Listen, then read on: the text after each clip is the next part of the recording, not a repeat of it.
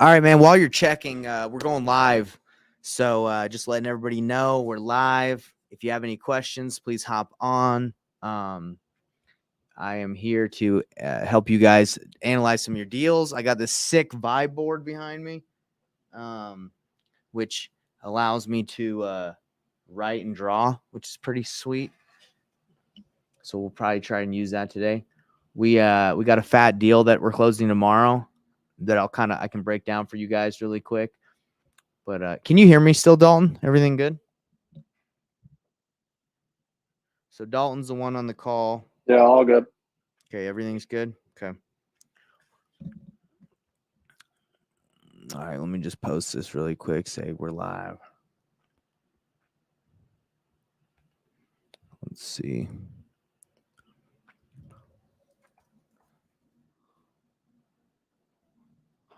On the call.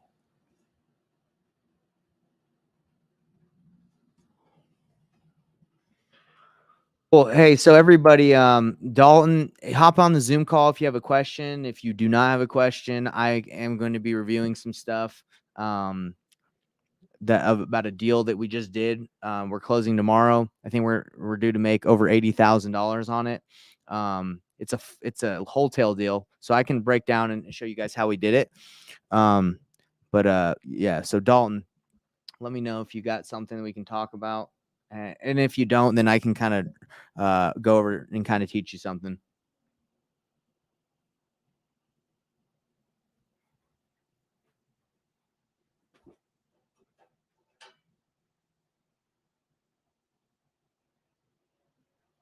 Hey, yo, Corey. How do you turn on this vibe board? Do you just hold the... Oh, there you go. Just hold the on button.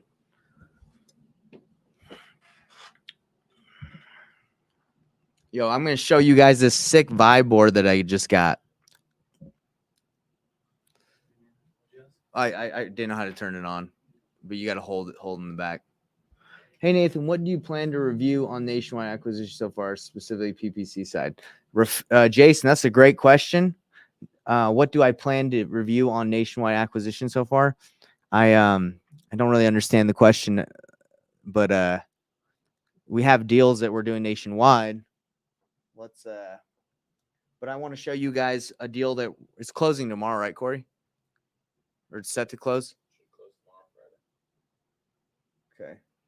All right, guys. So check this out. I want to try this new board out.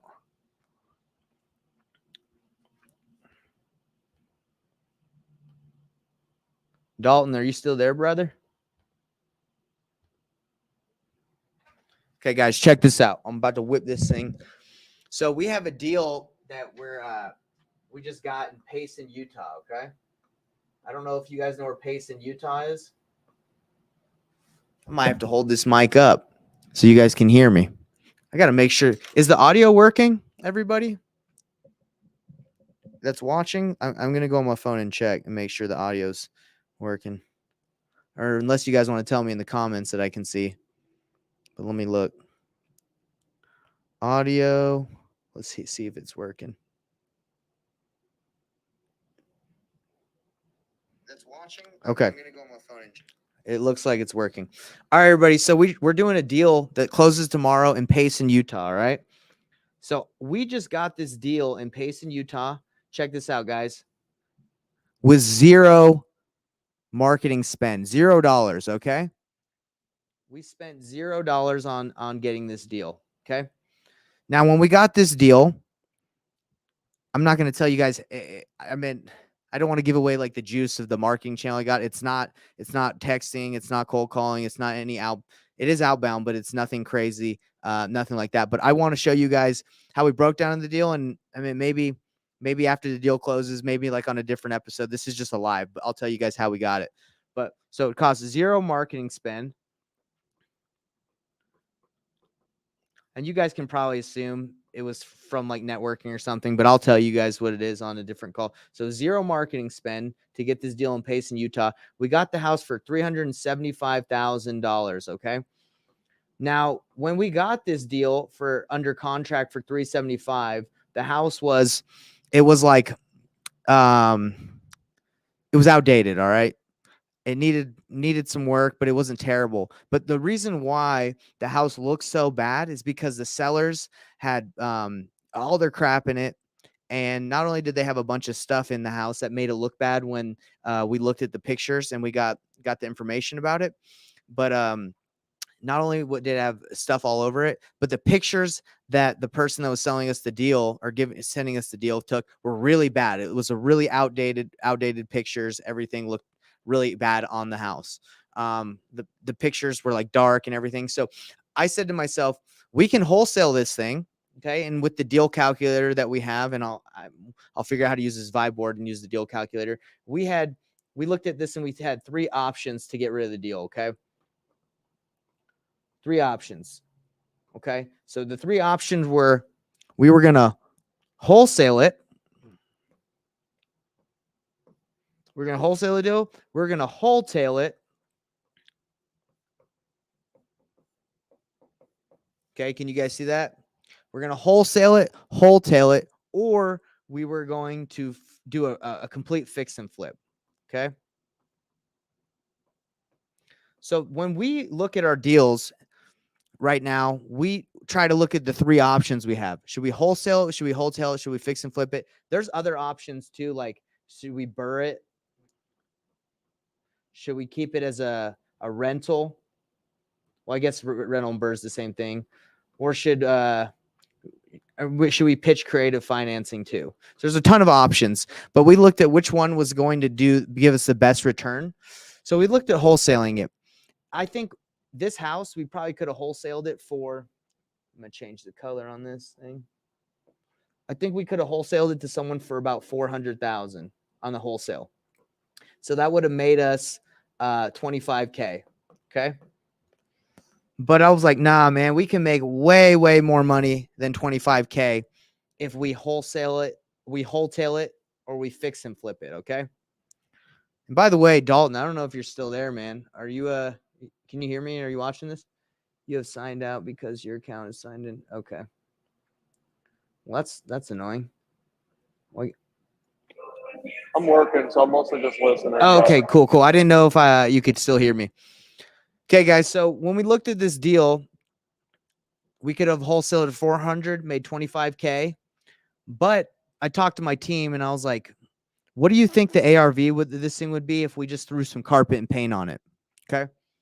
We thought it was about 450, 460, and on if we wholetailed it. Okay, so with commissions and fees and everything, it wasn't going to be that much more than 25K. It's probably going to be about 40K.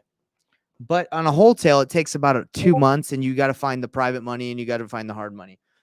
Next thing we were thinking is like, what could we sell this thing for if we what's the ARV and what we could sell it for if we flipped it? 500K is what we thought, and we'd probably have to put in 20K. And after putting in 20K of repairs, in order to get 500K, we would have made like 60K. Okay. But we would have had to risk about 20K in repairs. So when you're looking at your options, we were like, okay, is it better to do 25K with no work with a wholesale? Is it better to do wholetailing, making 40K with like putting in barely any money? Or should we fix and flip it, put 20K and make 60? For us, I mean, we're not lazy, but we're just like, look, let's wholesale it. So we were planning on wholetailing the deal. Okay.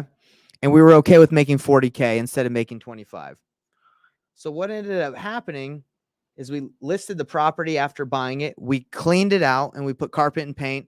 It cost us 5K in expenses. Okay. On top of obviously the hard money and whatever, but 5K was what we were willing to put into it. So it took us about 2 weeks to do this. Once we put it on the MLS, we thought the ARV of what, if you did a really good fix and flip, we thought that would be 500,000. What a fix and flip would be. But we actually, on the wholesale deal, instead of getting 460, we were able to wholesale it for 500K. Okay. Because once you put carpet and paint into a house, it looks it looks new. I mean, you don't have to do countertops and all that stuff. If you do carpet and paint and your painter does a good job and the carpet looks good, it can really make the house pop. So instead of wholetailing it and putting 5K in and getting 460, we got 500K, and this 40K of what we were going to make turned out to be 80K. Okay. So we went from going to make $25,000 on a wholesale deal that was quick and easy, that would have taken maybe 2 weeks to do.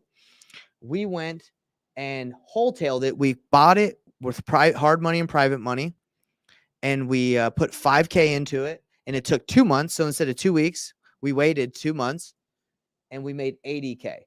So who in here that's watching would rather make wise decision? Thank you, Jason. Who in here would rather make 80K versus 25K and just wait 2 weeks? I mean, 2 months. Well, actually, technically, it'd be a month and a half difference, right? 100% 80K. We're going for that. So what's the risk? The risk is you buy the house and you own it. You're using hard money. You're paying interest. But if you put your numbers in there, and it totally makes sense. Like if you do the math. So again, guys, what are the options that most people have when they when they're trying to figure out to make the most money? They got wholesaling. And by the way, guys, I teach wholesaling. I do it. But is wholesaling right now your best option to make the most money? No, not always. Okay, then you have wholetailing. Okay. You have, what else do you have? You have a big fix and flip. You have the BRRRR method if you want to keep it. Okay. Or you can get creative financing. In creative financing, you can get creative with it. On creative, you can do a creative flip. You can do a creative wholesale. You can even do a creative wholesale. Okay. We got Rebecca coming in here. So guys, that's pretty much it. If you don't know how to wholesale, if you don't know how to fix and flip right now, if you don't know how to BRRRR or do creative financing, you're wasting a lot. You're leaving a lot of money on the table, and you could be losing out on giant profits. I know, because I've done this. We've done this all year. We're almost, I think this year, over $500,000 this year, which I mean, not flexing. There's a lot of people who have done way better than that, but like we're on our trajectory to do over 1.3 million this year. But it's all because we know how to leverage the different strategies, and that's like what I teach. But you can get creative, a seller to creatively finance your deal, and then you can wholesale, or fix and flip it if you know how to pitch that to them, right? So, you just have to look for the opportunities to work with sellers. Hey, what's up, Rebecca? I see that you're in the call. Can you hear me? It looks like you're muted, but what's up? What's up? Hey, How's it going? good. How are you? Good. Do you have any questions? I see you hopping in the call. I wanted to see if I could help you out. If you had any questions? Not right now. Just trying to learn some more. All right. Anything specific you'd like me to talk about more about this deal we have, or anything I can answer for you? Not at the moment. Okay, cool. So guys, I just did a deal, a creative deal with a seller. I've made a video about it, but the seller wanted the retail of this creative deal that I did. The retail purchase, the ARV of the property was about 605K, and he wanted 575K. Okay. That's what he was asking for. We got someone else. We got to let Damon. What's up, Damon? We'll let you in. Let me zoom this in real quick. Okay, so let me explain. I just did a creative deal, guys. What's up, Damon? Hey, what's going on? I'm just explaining right now, like the different options that people should be looking at when they do a deal. They should wholesale, fix and flip, BRRRR, creative. Those, you actually even have another one. You have a novation agreement or a retail buyer program. That's what Corey Boatwright calls it. but you have all these options available to you when you have a deal. Okay. So I'm going to explain real quick what a creative deal we just did. So the seller wanted 575 for the property. Okay. So 605K was the ARV. His asking price was 575. Is that a deal? Can someone tell me if you think that's a deal? Is that low enough price to make it work? Anybody? Damon, could you buy this house if the ARV was 605K? Do you think you could buy it at 575 and make it happen? Like, is that a deal? Through some type of creative deal structure, I'm pretty sure you could, if the numbers work in the area. But could you wholesale it at that price? Maybe to somebody who does some type of creative finance, and maybe wholesale it to them, but not to I don't think you can wholesale it to another buyer. Yeah, I guess I should have phrased it. Can't at this price, so okay. No, you can't just wholesale that without any terms in there. No one's going to buy that deal. The spread is not big enough, right? It's just correct. It's just not there. So I told the seller, I said, look, seller, your house right now, if I fix it up, it's worth 605. And right now, you're asking 575 and it's not fixed up. I can't give you 575 because if you listed this house on the multiple listing service with a real estate agent and your house is not worth 605 right now because it's not updated, and you list it, you probably could list your house for 580 on the MLS. Maybe you could 580K on the MLS. But with commissions, there's about 7% to 8% commissions and fees when you list a house on the MLS. Okay. You got to pay for the agent's commissions. You got to pay for the closing costs usually. So if there's 7 to 8% on fees, so if he lists it for 580 and someone buys it and you got 7 to 8% fees off of that, I got to use my calculator. So if you multiply 580 times 8%, he'd have about $46,000 in fees, 46K in fees that he would have to pay in fees before he got his money. So he's technically not walking away with 580. He's walking away with 580 minus 46,000, which is minus 580, 533. Okay. So I told the seller, I said, look, seller, you want 580. I mean, you want 575 from a cash buyer like me. If you list your house as is on the MLS, you would walk away after fees and commissions with 530, around 533K. That's what your take home would be after closing costs, commissions, all that stuff. So I explained that to him. I said, hey, man, I can't even get close to 575 because you're not even going to walk away with 575. You're going to walk away with 533 after you list it.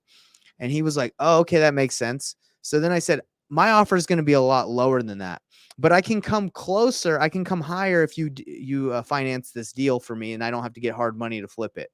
So I told him a cash offer will never be as much as if you list the house. But the reason why people go for it is because it's fast, convenient, there's speed, there's ease. But he was like, okay, so 533 is what I would get if I list it. And I said, yeah, I can list it for you too. I have some agents that, might be interested in helping you out. I have like good connections if you want to list it. He's like, no, I don't want to list it. So okay. So my cash offer for it to make sense for me, I ran it through the calculator that we have, is probably about 475K for a cash offer. And by the way, sorry guys, this is all over the place, but I'm new to this. I just got this board. But I said 475K cash is what I could do. He's like, no, that's way too low. I said, if you finance me, if you give me if you do seller financing, creative financing, I can do 520. So the difference between you listing it on the MLS and me is only about $13,000. Okay. And I can give you money up front. I can give you money down. So he's like, how much can you give me down? We agreed to 20 down. And then I didn't have to go get hard money. I didn't have to, because he's financing me and I'm paying him interest instead of the hard money lender. So I was able to avoid interest on a lower interest that I gave to him. I was able to do, I think the interest that I was able to get from him. This is hard money. This is hard money on. Hard money is 2 points to borrow or 2% to borrow their money and 12% interest. That's what hard money is. What I got from him is I got 6% interest payments, interest only payments, and no points, his financing. No points. So I didn't have to pay the 2%. So all I have to do is the 6%. So I was able to save on the 2%, and I took what usually hard money is. I took it in half. So that's why I was able to offer more money than a traditional wholesale price, because when you do a wholesale or a flip, you have to include your money costs, your holding costs, obviously. Well, holding costs are usually on creative financing anyway, but that's how we're able to make it work and offer more. If the seller can finance you, you save money on the hard money costs, which can be expensive on more expensive homes like his. So when he first originally wanted $575, this was his original price that he asked for when I was talking to him. I basically walked it backwards and I said, look, dude, 605 is your ARV. Your house isn't worth 605 if you listed it. Your house could probably list for 580. You're asking 575 for me, a crash buyer. We can never pay retail. That's just not how we do. And we provide the ease, the speed, and the convenience. So, but sir, if you sold it for 580 on the MLS, you're possibly going to sell it. You're going to walk away with around 533. That's really your take home. And you got to help sellers understand that just because their house sells for a lot more on the MLS doesn't mean they get that money. There's fees, there's commissions, there's closing costs, there's concessions, there's stuff that happens, and there's time. So I said, hey, look, you're at 533. Just finance me, sir, and I can pay 520. Okay. So I was pretty close. And this deal, the comps, what's happened is over time, the ARV, we're thinking the ARV could be more like 625 as time goes on because it's appreciating. Not that you want to bank on appreciation, but so 625 is what it's probably going to go up to. This will be like an $80,000 deal that we're going to close. That's, we're fixing it up right now. So this has been just a short lesson, and I know I'm all over the place. I'm going to get better at using this board, but when you get a deal, don't just assume that you can only wholesale it, because wholesaling is your lowest. It's going to be your lowest offer you can make. Okay. It's good. We wholesale, but you need to know your options on novations, wholetailing, fix and flip, BRRRR, and creative. Because if you can do these, you'll make more money as an investor. I know, because when I first started, all I did was wholesale, and I got rocked because I had a bunch of investors that I would bring my deal to, and then they would make me a low offer on the deal that I had made it a low offer to the seller. They're like, yeah, I'll buy your deal, Nate, that you're wholesaling to me, but I need it at this price. And once I started getting rid of selling my deals to flippers, once I stopped doing less of it, my profits in this business have gone up because we're selling directly to the end buyers instead of, well, I guess you could say a flipper is an end buyer, but we're selling directly to the people that are going to live in the house who are willing to pay more. So if you don't know how to raise private money or get hard money, you need to learn, because it's not that hard, and it's going to help you make more money. And we'll buy your deals right now.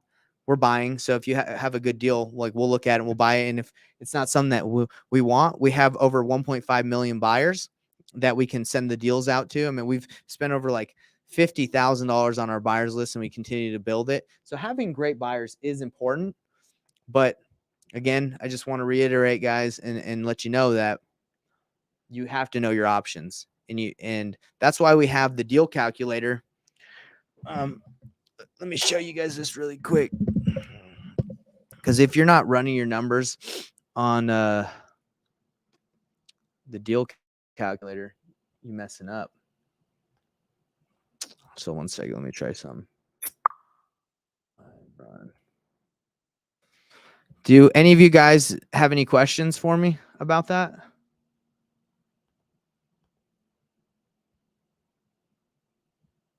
Anybody?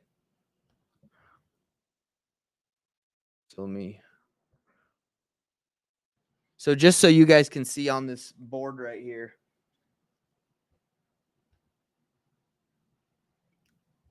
this is the calculator that we use to run the deals. It's all math. It's all math problems, right? It's a math game. Let me make this bigger. View, zoom.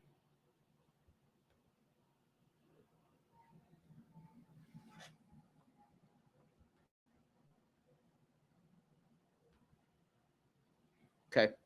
I'm sure you guys can see this, but you basically put your ARV. You put your ARV here, you put your purchase price, and you run, and you have all the options here.